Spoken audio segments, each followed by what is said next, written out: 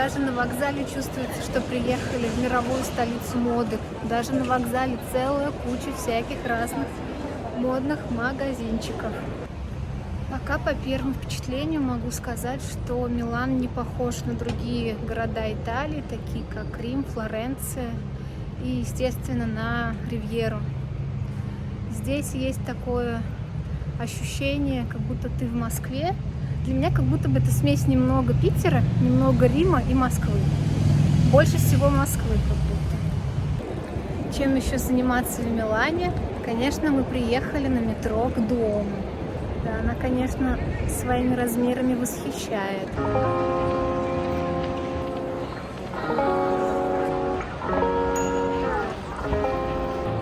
А за моей спиной галерея Витторио Эммануила с самыми крутыми бутиками в мире. Я устала быть на панике и постоянно следить за своей сумкой. Пришлось надеть ее вот так.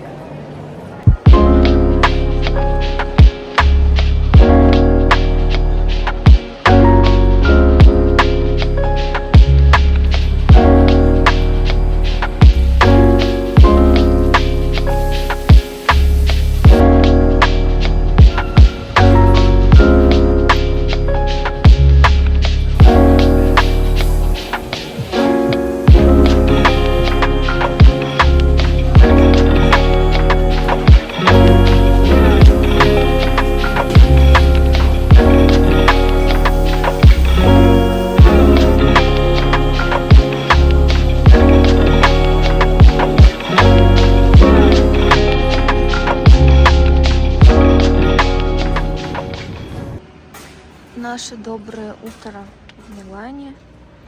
Ночью, по всей видимости, прошел дождь. Тут уже в кафе расставляют столики. Такой у нас вид на соседний дом. Милано Централе. Отправляемся на Como. Бежали как угорелые. У нас осталось 11 минут до отправления поезда.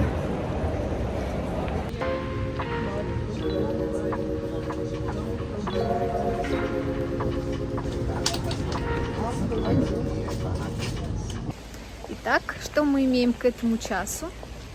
Приехали мы, значит, на поезде из Милана до Варены. Тут начался сильный дождь. У нас с собой не было ни зонтов, ни дождевиков. Добежали до магазина, и прямо перед нами закончились зонтики. Мы отошли, потом люди продолжали стоять. Оказывается, принесли коробку с новыми зонтами, мы опять остались без зонтов.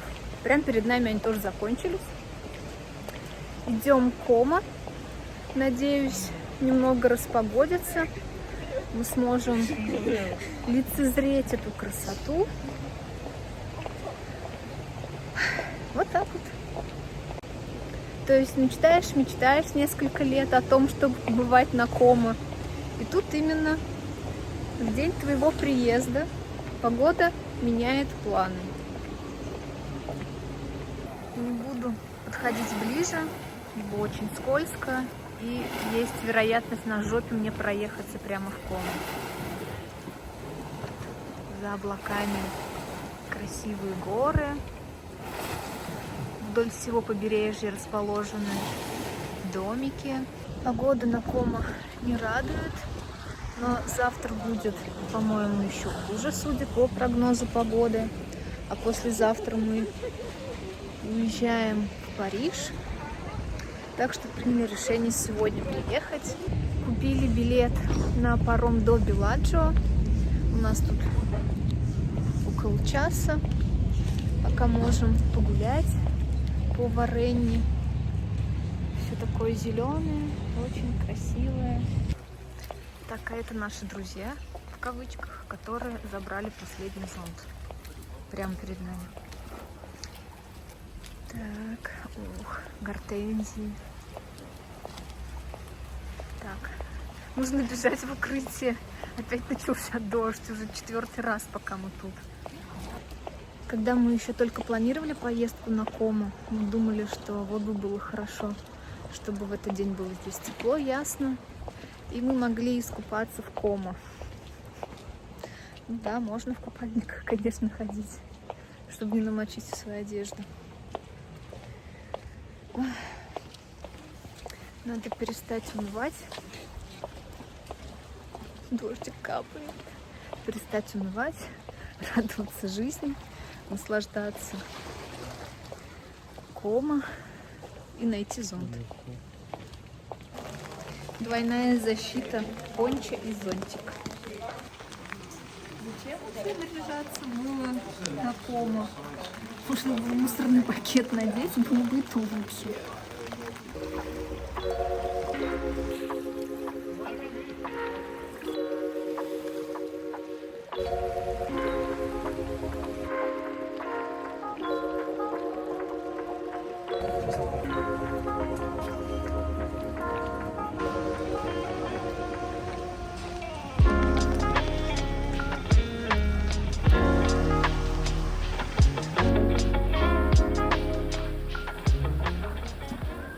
Наконец-то выглянуло солнце, и нам даже пригодились наши очки. Можно передохнуть от дождя, обсохнуть и немножко посмотреть Варенну. Но у нас уже через полчасика паром, мы поедем в Беладжио. В Варенне, конечно, очень красиво. Вот эти домики тоже на горе потрясающие. Валера пошел занимать очередь на паром. Я сейчас тоже пойду к нему. Тут есть всякие чаезоны с басиками. Жаль, погода не позволяет. При ясной погоде даже цвет кадра изменился. Супер. Но видео, конечно, вообще не передает этой красоты. То, что ты видишь глазами, к сожалению. Но поверьте мне, что это просто восхитительно. Вот такая очередь уже на посадку.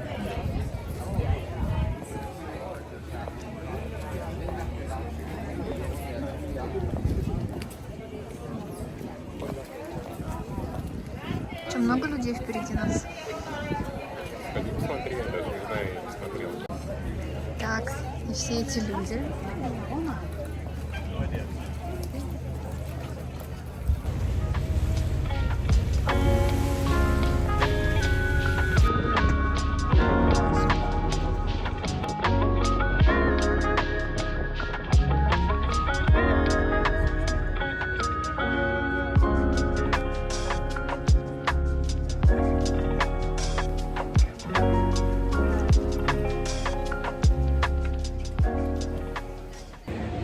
Сейчас мы и тысячи людей приплыли в Беладжио из Варенны.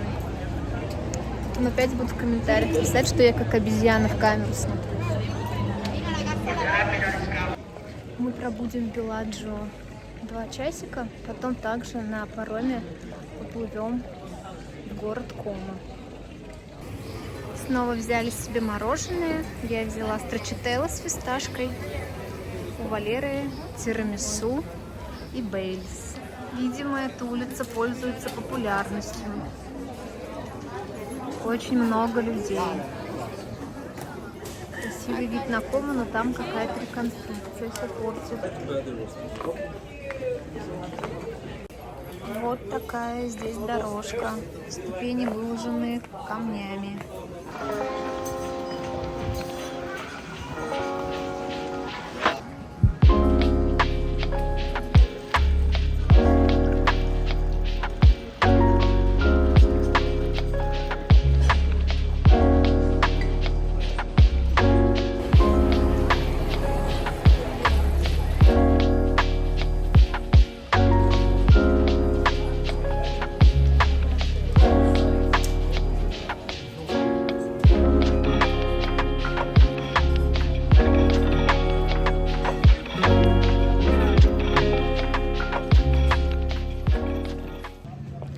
Нагулялись по Беладжио. Здесь 1-2 часиков вполне достаточно, чтобы обойти весь этот небольшой городочек, поделать красивые фоточки. Так, сейчас мы опять поплывем. На этот раз уже поплывем в город Комо. Стало достаточно жарко. То есть сначала в Варенне мы мерзли, мокли под дождем. Сейчас тут вообще нажарились. И хотим не повторять своих ошибок, как было в Варенне. Лучше приходить к отправлению лодки заранее, так как выстраивается очень большая очередь перед посадкой. И есть риск, что вы будете стоять. Мы сидели в разных местах. Хочется сидеть вместе. Тем более здесь путь будет уже намного дольше, около 40 минут. А из Варенны мы плыли около 10 минут. То есть поездка была очень быстрая.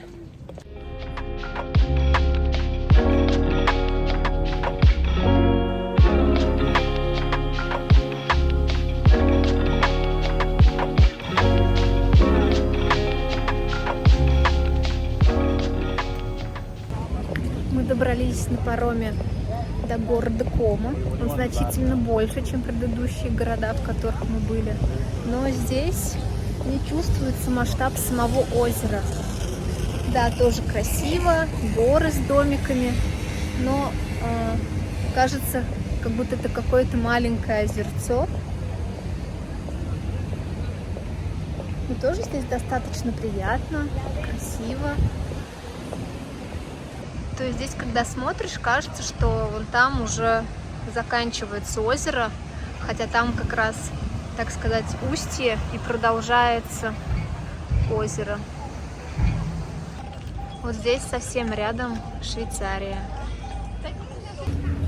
У нас есть еще почти час, чтобы погулять по городу Кома, посмотреть местные достопримечательности.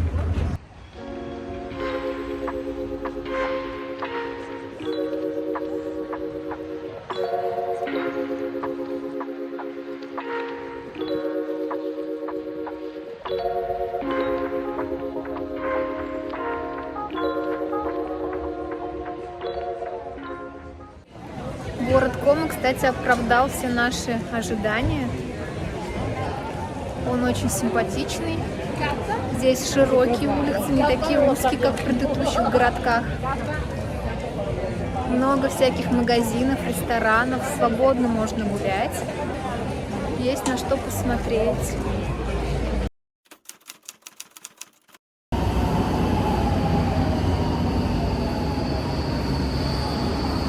Погода сегодня просто ужасная. Мы до часу пролежали в квартире. Ливень просто страшный, боялись выйти из дома.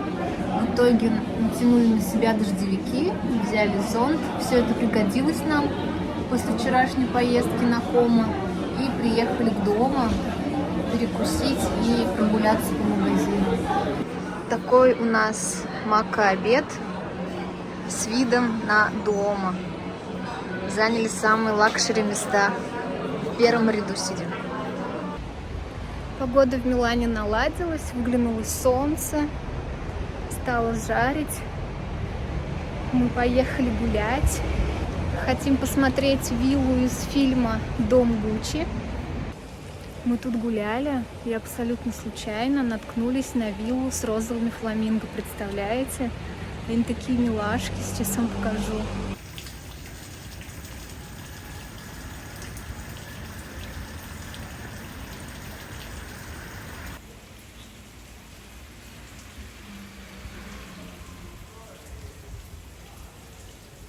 Вот там. Что очень нравится в Милане, это зеленые террасы, которые делают на крышах, на балконах. Там не просто какие-то цветы, да, растут, а прям полноценные деревья. Благодаря ним каменный город кажется более живым.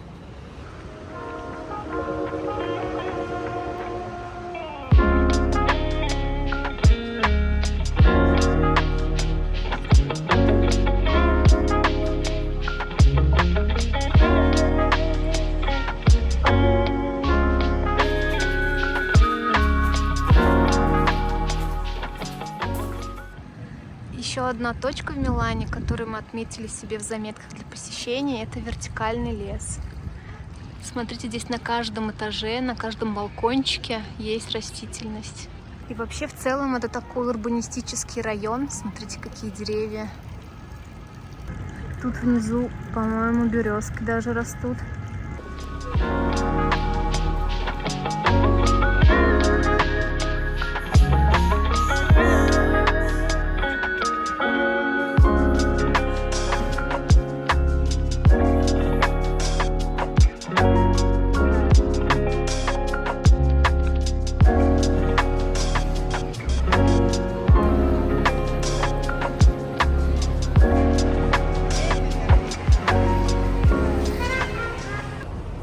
Гулялись по крутому району Брера. Когда искали, где жить в Милане, много где написано, что Брера — это самый лучший район для проживания, так как он современный, безопасный. Здесь много всяких крутых ресторанов и баров, но и ценник тут соответствующий. То есть здесь как в Москве на Патриках. В наш последний вечер в Милане мы пришли в ресторан Брера 29. Решили завершить итальянские каникулы соответствующей итальянской кухней. Заказали дыню с прошутто, коктейльчики, и нам сейчас еще принесут карбонару. Здесь даже осы налетели. Ты боишься ос? Ос боишься? Осы тоже любят прошутто и дыню. Пока нас не съели осы, надо съесть прошутто.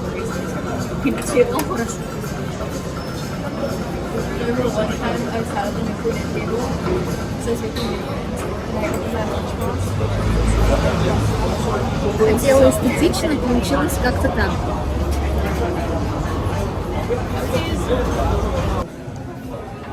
Какое-то крутое заведение. Просто километровая очередь в него. Острия да Фортуната.